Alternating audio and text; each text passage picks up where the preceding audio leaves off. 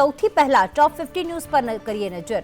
રાજ્યમાં કાતિલ ઠંડીનો ચમકારો। ગઈકાલ રાતથી વધુ ઠંડીનું જોર। 2 દિવસ ઠંડીનો ચમકારો રહેશે યથાવત। તો રાજ્યના અનેક વિસ્તારોમાં લઘુત્તમ તાપમાન 20 ડિગ્રીથી નીચે નોંધાયું। અમદાવાદ 15.01 ડિગ્રી સાથે ઠંડુ શહેર। ગાંધીનગરમાં 14 ડિગ્રી લઘુત્તમ તાપમાન નોંધાયું। નલિયા 13 ડિગ્રી સાથે ઠંડુગાર। પાલનપુર 14.03 ડિગ્રી। ભાવનગરમાં 19 ડિગ્રી। રાજકોટમાં 16 ડિગ્રી તાપમાન નોંધાયું। જ્યારે કે શિનોર પંથકમાં ગાઢ ધુમ્મસનું સામ્રાજ્ય। અવાખલ, સાધલી, સેગવા ગામ સહિત સમગ્ર પંથકમાં ગાઢ ધુમ્મસને લઈને વિઝિબિલિટી ઓછી થઈ। લો વિઝિબિલિટીને લઈને વાહન ચાલકોને હાલાકી વેઠવાનો વારો આવ્યો। જ્યારે કે સંખેડા તાલુકાના વાતાવરણમાં અચાનક જ પલટો। સંખેડામાં વહેલી સવારથી ધુમ્મસ જોવા મળ્યું। વાતાવરણમાં ભેજ વધી જતા અને તાપમાનનો પારો નીચો જતા ધુમ્મસ વહેલી સવારે જોવા મળ્યું। વિઝિબિલિટી ઘટી। રાજ્યમાં ઠંડીનો ચમકારો રહેશે યથાવત। અમદાવાદમાં 20 ડિગ્રી, ગાંધીનગરમાં 19 ડિગ્રી તાપમાન। લઘુત્તમ તાપમાન 2 થી 3 ડિગ્રી ઘટી શકે છે। રાજ્યના કેટલાક વિસ્તારમાં વાદળછાયું વાતાવરણ રહેશે। 3 દિવસ બાદ ઠંડીનું જોર ઘટશે। રાજ્યમાં ફરી ઠંડીનો ચમકારો। ઉત્તર પશ્ચિમી પવનોની ગતિમાં વધારો થતાં ઠંડીનો ચમકારો। અનેક સ્થળે પવન 10 થી 12 કિલોમીટરની ઝડપે ફૂંકાયો। દેશભરના વાતાવરણમાં પલટો। પંજાબ અને ઉત્તર ભારતના કેટલાક મેદાની વિસ્તારોમાં વાવાઝોડા સાથે કરા પડ્યા। વાતાવરણના પલટાના કારણે અનેક વિસ્તારોમાં વીજળી અને પાણી પુરવઠો ખોરવાયો। વળતા શિયાળે જમ્મુ કાશ્મીર, હિમાચલ પ્રદેશ અને ઉત્તરાખંડના પહાડી વિસ્તારોમાં બરફનું ભયાનક તોફાન। અનેક રોડ રસ્તાઓ બંધ થયા તો અનેક પ્રવાસીઓ અટક્યા।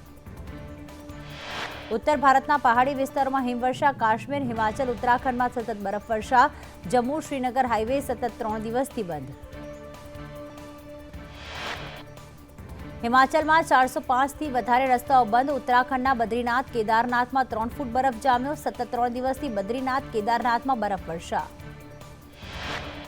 હેમકુંડ સાહેબ વેલી ઓફ ફ્લાવર્સ પણ બરફથી ઢંકાયા। અવલી, રુદ્રનાથ, જોશીમઠ સહિતના વિસ્તારોમાં બરફવર્ષા। કાશ્મીરમાં સોનમર્ગ પાસે હિમસ્ખલન। ગુરેઝમાં તમામ ઓફિસ, શાળા, કોલેજ બંધ રખાયા। જમ્મુ કાશ્મીરના ગુલમર્ગમાં હિમસ્ખલન થતાં 3 વિદેશી પ્રવાસીઓ ફસાયા। એકનું મોત, 2ની શોધખોળ શરૂ કરાઈ। અન્ય 2 પ્રવાસીઓને જીવતા બચાવી લેવાયા। જમ્મુ કાશ્મીરમાં બરફના તોફાનના કારણે હવામાન વિભાગનું એલર્ટ। હવામાનના ફેરફારથી પહાડોનો રંગ બદલાયો। બરફના તોફાન અને હિમસ્ખલનમાં ભારે તબાહીનો ભય। કાશ્મીરના ગુલમર્ગના અફરવાટ શિખર પર હિમપ્રપાત। સેનાનું રેસ્ક્યુ ઓપરેશન ચાલુ। વડાપ્રધાન મોદી આજે વારાણસીની મુલાકાતે। વારાણસીમાં અનેક કાર્યક્રમોમાં પીએમ આપશે હાજરી। BHUના સ્વતંત્રતા ભવનના વિજેતાઓને કરશે સન્માનિત। સંસ્કૃત વિદ્યાલયના વિદ્યાર્થીઓને કિટ ભેટ આપશે। કાશી પર આધારિત ફોટોગ્રાફી પ્રદર્શન પણ નિહાળશે। સંત રવિદાસની જન્મસ્થળથી લઈને તેમના આશીર્વાદ લેશે। સંત રવિદાસની કાંસ્ય પ્રતિમાનું અનાવરણ કરશે। બપોર બાદ વડાપ્રધાન મોદી કરખિયાઓ જશે। કરખિયાઓમાં જનસભાને કરશે સંબોધન। તો પૂર્વાંચલના 1 લાખથી વધુ ખેડૂતોની હશે હાજરી। 13,000 કરોડના વિકાસ કાર્યોની આપશે ભેટ। બનાસ ડેરીની પણ મુલાકાત લેશે। ગીર ગાયના પાલકો સાથે કરશે સંવાદ। કેન્દ્ર સરકારે ખેડૂતોને ફરી વાતચીત માટે બોલાવ્યા। કેન્દ્ર સરકારે ખેડૂતોને શાંતિ જાળવવા અપીલ પણ કરી। મહારાષ્ટ્રના પૂર્વ સીએમ મનોહર જોશીનું નિધન। મુંબઈમાં 86 વર્ષની વયે હાર્ટ એટેકથી નિધન। આજે વહેલી સવારે 3 વાગે લીધા અંતિમ શ્વાસ। ભરૂચ કોંગ્રેસમાં નારાજગી જોવા મળી રહી છે। આપ અને કોંગ્રેસના ગઠબંધન બાદ હાલમાં કોંગ્રેસમાં નારાજગી। ગઈકાલ મોડી રાત સુધી કોંગ્રેસની સંકલન સમિતિની બેઠક મળી। બેઠકમાં આપના ઉમેદવારને સમર્થન ન આપવા મુદ્દે ચર્ચા। જિલ્લા કોંગ્રેસના સભ્યોએ મુમતાજ પટેલને કર્યું સમર્થન। કોંગ્રેસના કેટલાક સભ્યો આપ સાથે ગઠબંધનના વિરોધમાં। સંકલન બેઠકમાં વિરોધમાં ચાલનાર 2 જૂથ સાથે દેખાયા। બેઠકમાં ભરૂચ જિલ્લા કોંગ્રેસ પ્રમુખની ગેરહાજરી। તો વડોદરા ભાજપના કાઉન્સિલર કલ્પેશ પટેલ સામે ધમકી અને ચીટિંગની થઈ ફરિયાદ। માંજલપુર પોલીસ મથકમાં બિઝનેસમેન પ્રાણનાથ શેટ્ટીએ નોંધાવી ફરિયાદ।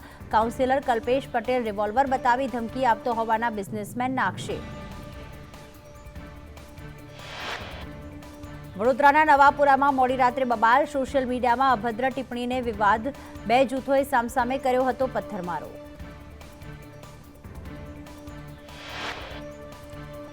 તો રાજકોટ મહાનગરપાલિકાના વેરા વસૂલાત શાખા દ્વારા કાર્યવાહી, સ્વામિનારાયણ કોમ્પ્લેક્સમાં વધુ 10 દુકાનો સીલ કરવામાં આવી. સ્વામિનારાયણ કોમ્પ્લેક્સમાં મોટાભાગના માલિકોએ વેરો ભર્યો નથી. વડોદરામાં સ્વાઇન ફ્લૂથી વૃદ્ધાનું મોત, ખાનગી હોસ્પિટલમાં સારવાર દરમિયાન મોત. છેલ્લા એક સપ્તાહથી બીમાર હતી આ મહિલા. સુરતમાં સરકારી હોસ્પિટલનો પંખો પડ્યો, ચોથા માળે વોર્ડમાં પંખો તૂટીને પડ્યો, જે 4 વોર્ડમાં બની ઘટના. દર્દીના સંબંધીના માથે ઈજા. ગુજરાતીઓ વીજળી માટે સૌથી વધારે પૈસા ચૂકવે છે. ગુજરાતમાં વીજ ડ્યુટી પર દેશની સરખામણી વધારે, દરેક કેટેગરીમાં ગુજરાતમાં વીજળીના દર વધારે. જ્યારે કે શહેરી વિસ્તારમાં 15% દરે વીજ ડ્યુટી વસૂલાય છે. મહારાષ્ટ્ર બાદ શહેરી વિસ્તારમાં સૌથી ઊંચો દર ગુજરાતમાં. કમર્શિયલ કેટેગરીમાં દેશમાં સૌથી ઊંચો દર ગુજરાતમાં. ભાવનગર યાર્ડમાં સતત 2 દિવસ ડુંગળીની હરાજી બંધ બાદ આજથી શરૂ. તળાજા, મહુવા સહિત અન્ય યાર્ડમાં હરાજી શરૂ. સરદાર સરોવર નર્મદા ડેમમાં 70% પાણીનો સંગ્રહ. સરદાર સરોવર નર્મદા ડેમની સપાટી 129.45 મીટર. કેનાલમાં પાણી છોડવા CHPH ચાલુ રખાયા. નર્મદા ડેમનું રિવરબેડ પાવર હાઉસ બંધ કરાયું. અમદાવાદમાં પેલેડિયમ મોલ અને TRP મોલને AMCની નોટિસ. રેવન્યુ વિભાગની કાર્યવાહી, પ્રોફેશનલ ટેક્સ અને પ્રોપર્ટી ટેક્સ બાબતે નોટિસ અપાઈ.